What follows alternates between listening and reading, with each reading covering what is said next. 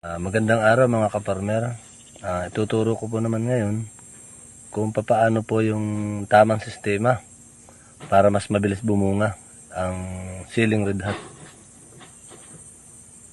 Tapos po natin matakpakan ng manure, i-cultivate naman po nitong aking makina. Tingnan po ninyo, panoorin nyo po kung paano ihalo ng makina yung manure.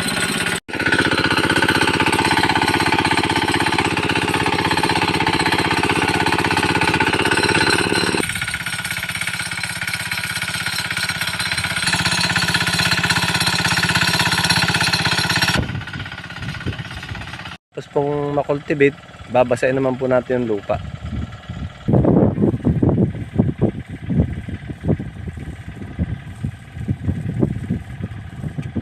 Pagkatapos ko pong mabasa ang lupa, pwede na tayong magtanim. Okay, ito na po. Atin na pong itatanim, gato lang po. Buo 21 days yan. Mayroon po tayong guide dito na tali para ang tanim po magandang tingnan. Tapos ibubutas. Tapos yun, diretso tanim na po yan. Tapos konting tabon. Ganun lang po kasimple. Mga kapartner. Tapos na.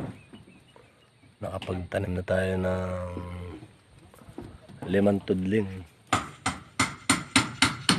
Ayan o. Simple. Napakadali lang.